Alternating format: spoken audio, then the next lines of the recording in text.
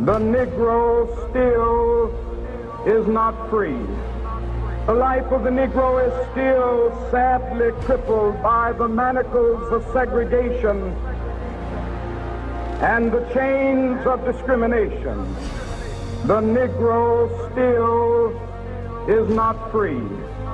The Negro lives on a lonely island of poverty in the midst of a vast ocean of material prosperity. The Negro still is not free. The Negro is still languished in the corners of American society and finds himself in exile in his own land. The Negro still is not free.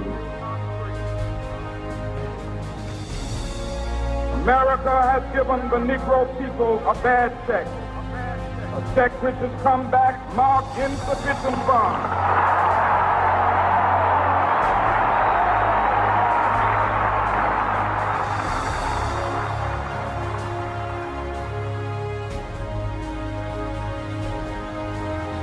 The Negro still is not free.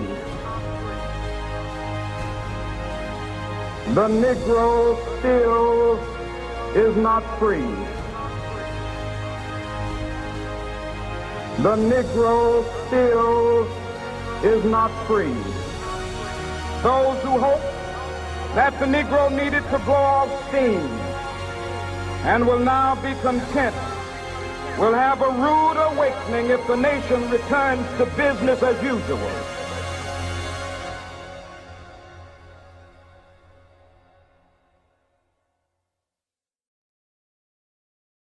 To watch all of my exclusive content not featured here on my channel, log on to my website at imjustheretomake.com/films.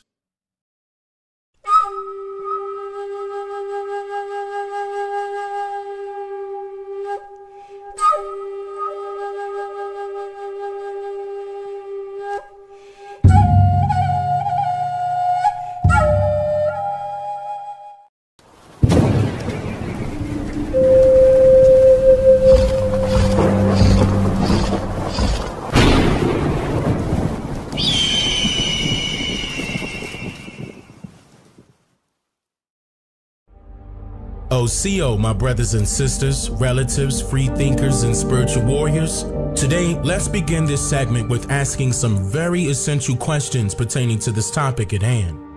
First, did the origins of the said last names, or rather surnames, of so-called slaves in America derive from some form of European ancestry? And if you answered yes, then what hard evidence exists today that not only supports this heavily campaigned theory, but can also confirm that it is in fact the truth indefinitely?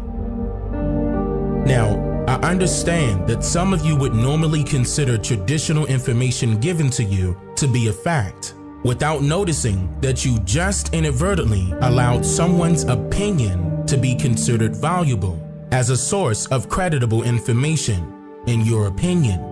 However, a person's opinion does not mean, nor should it be automatically constituted as the truth, especially when it lacks publicly verifiable evidence to prove it. I mean, think about it. Could it be possible that certain pieces of verifiable evidence that many people are looking for today, much of it has been rewritten, altered, photoshopped, hidden, or even altogether misconstrued? Like, for example, things that were said to have been done on a particular date have been changed to reflect as other dates, allegedly due to the insertion of the Gregorian calendar. I mean, even words that you may recall its meaning today have literally changed in definition and in spelling several times over, along with the names of particular people and said locations. And even what was originally deemed as a prediction is now somehow considered a historical fact by various so-called professionals. So, finding the truth would be very complex, especially when an individual limits themselves to thinking inside of the box versus allowing themselves to experience a physical freedom in which you would not need to be deceased in order to qualify to reap its many benevolent benefits. As Western European entities established what we know now as American history, they also created a tale informing us as Americans that the use of last names, or rather surnames, derived from, quote, the need to find ways to differentiate between two people who shared the same first name, end quote. Which seems harmless at first and quite obvious, of course, if you're not conducting an investigation into the reason why the National Endowment for the Humanities, established on September 29, 1965, goes on to state, quote, because the British were among the first Europeans to settle in North America, many modern American surnames can be traced back to medieval England, Scotland, Ireland, and Wales, end quote. Now, this statement forces the reader to believe that since foreigners of European descent immigrated to North America some 240 years ago, that they somehow influenced millions of people already residing in North America prior to their arrival to take on European surnames over the years, without telling you exactly how it was pulled off. Which should make you ask the question, if the so-called Negro slaves of America, who were realistically undervalued agricultural employees, were treated as less of a human being and more like human cargo for sale, then what would make the said owner or employer want to attach their so-called European surname to that individual when it was not federally mandated to do so? Now, there are theories floating around stating that the slave masters marked their human properties by using their surname upon them. However, if that was actually true, then the surname Underwood, for example, would somehow have a European background, right? But the truth is, it does not. And that also means that every surname in America does not have a European background. But let's go a little bit deeper now, shall we? According to the National Endowment for Humanities Society, quote, during the Middle Ages, the feudal system meant that most people in Europe lived in small farming villages. As the population expanded and the towns grew, however, a need arose to find ways to differentiate between two people who shared the same first name, end quote. Now, I can agree with this statement, and I can also add that the so-called feudal system realistically occurred everywhere human life existed. I mean, everyone's population grew, right? So you can't tell me that since Europe's population grew, that they somehow were the first to create surnames without confirming evidence that surnames or the use of surnames never existed anywhere else before. That's just critical thinking. Now, throughout my years of investigative research, I noticed a common pattern that authors of American history loves to use. There are tons of storytelling in American history, but with very little evidence to support and prove that the said stories are in fact true in most cases. So, when was the first last name or surname ever used in history? Now, the answer to this question is so complex that there is no definitive answer. However, some of you who agrees with sociology with an added mixture of mythology would immediately give the credit of surnames to the Chinese, strictly based on yet another story. As the myth, legend, or folktale goes, the Chinese have been using surnames since 2800 BC by way of royal order from the reigning Chinese emperor of their time named Fuxi. It was said that Fuxi created and mandated a naming system in order to control census taking and census information. But since this story, along with the Emperor Fuxi story, is a myth, there is no hard evidence to support this claim or theory in this sense. The reason why it is so complex to track down and determine beyond a reasonable doubt where these last names, family names, or surnames originated from is because of the various types of surnames used all across the world. it would strictly depend on the individual and where they come from, due to multiple practices of the use of surnames varies from culture to culture. This means that it will be impossible to determine that you bear a quote European surname, because the practice of having a first name and a middle name and a last name as a mandatory rule realistically has no significant evidence to support where and when exactly it originated. Even the Indians of all of the Americas, for example, bear 2 to 5 names as an individual's full name without orchestrating it in a commonly known first name, middle name, and last name format, or so we think. Mind you, there are 4 common categories of surnames that were used throughout the history of North America and many other parts of the world as well. There are locative surnames, patronymic surnames, occupational surnames, and nickname surnames. To break each of them down, a locative surname identifies an individual based upon where he or she was born, raised, lived, worked, or the land they own, which makes this surname not qualified for consideration of being of European origin.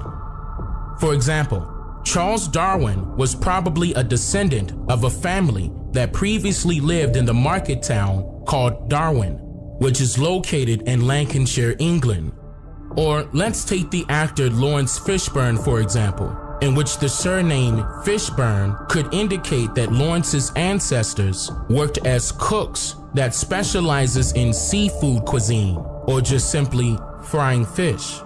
Another example of a locative surname could also be referring to a particular geographical identifier, in which most cases is self-explanatory, like for example, the actor Blair Underwood, in which the surname Underwood could be an indicator that refers to a family who resides near or throughout the woods. Or it could also mean that his ancestors owned acres of lands, particularly within the woods. No European origin yet. Now, a patronymic surname identifies an individual as their father's child or their father's children. However, it is very important to note that this surname does not translate to a fixed family surname, in which this also means that it does not qualify to be considered as a surname of any European origin.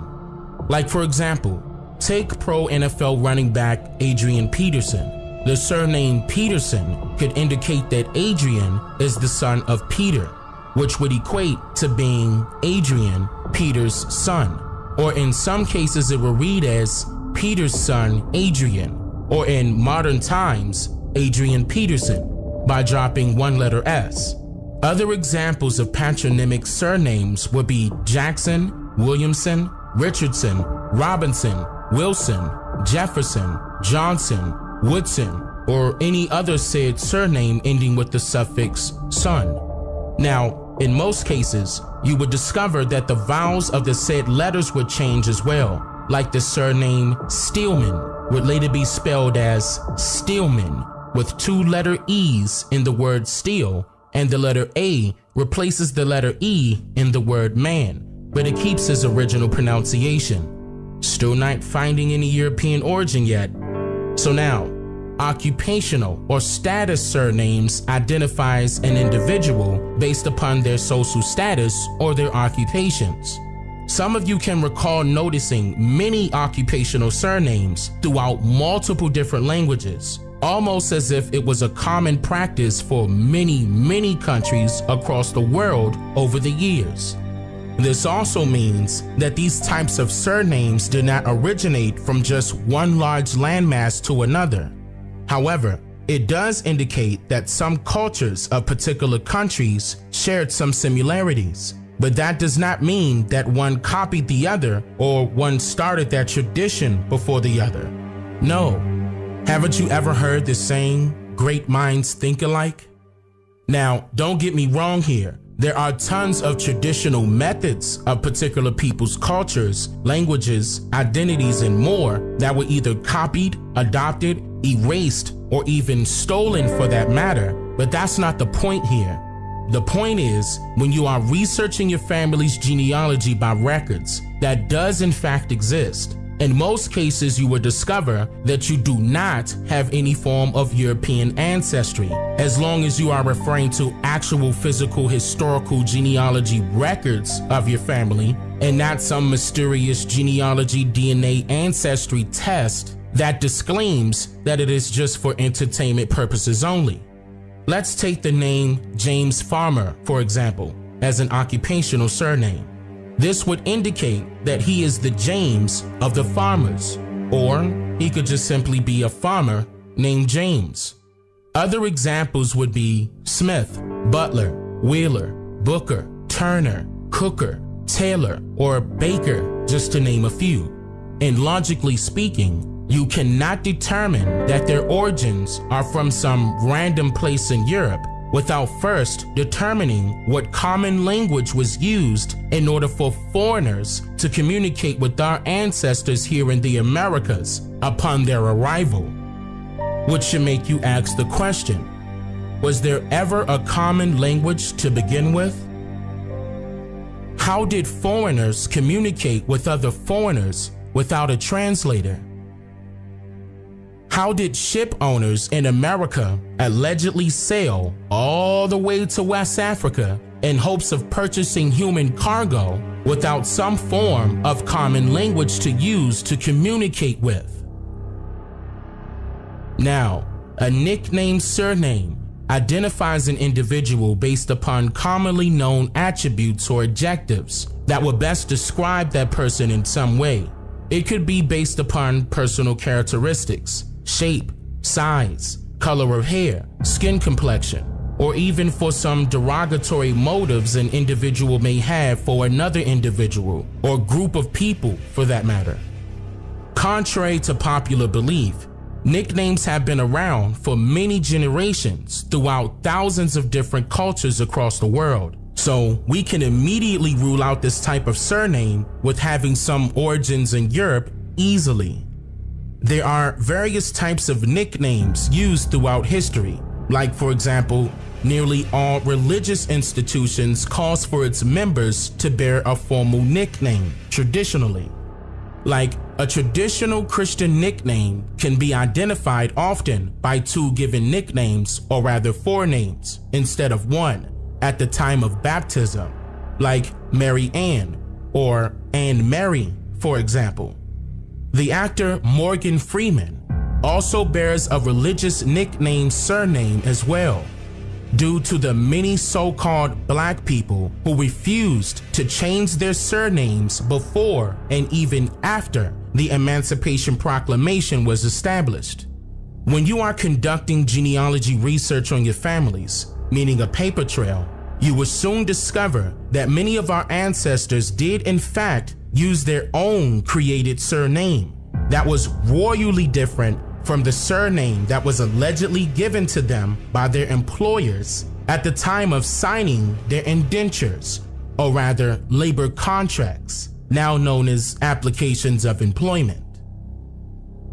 Our ancestors manifested independence and freedom by rejecting foreign surnames to be a part of their family's lineage, especially at the time of the Emancipation Proclamation. Keep in mind that many of the surnames of our ancestors had to be written into a record. This changes everything that you were ever told of when it comes to so-called American descendants of slavery. This is why it is very essential to check the records of your family's genealogy before you go out and state to the public that your family bears a European surname, when you have absolutely no idea that you could be inadvertently disrespecting your very own people that fought for your freedom and to build this country. I'm just here to make you think.